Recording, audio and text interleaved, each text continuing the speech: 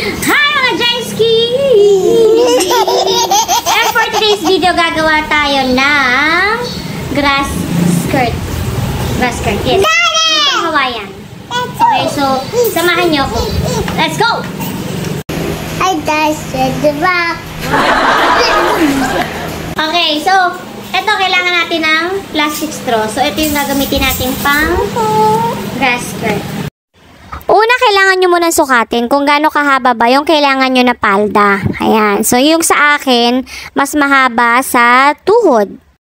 And kapag nakuha nyo na yung gusto nyong haba, pwede na kayong mag-start na pagdikit-dikitin para isang gupitan na lang. So, ayan, combine ko muna. Combine. Pinagtupi-tupi ko muna yan para mamaya isang gupitan na lang.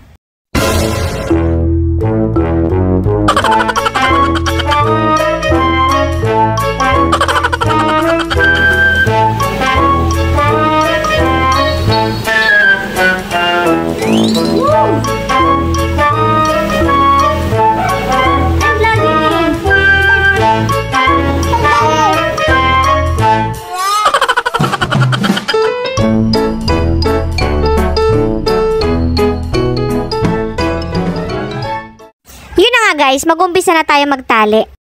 Kailangan nyo itali yung magkabilang dulo kasi yan yung kakapitan nyo ng pinaka-skirt.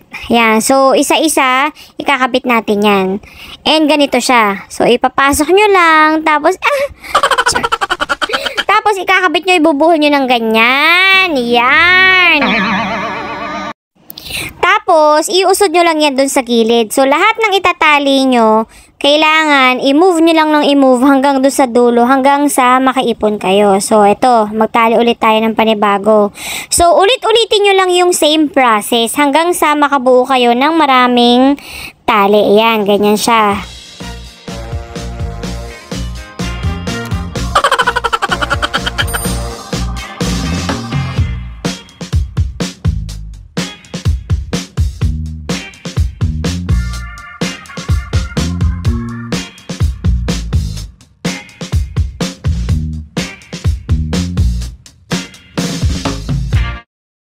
Yan, 'di ba? Ang dami na.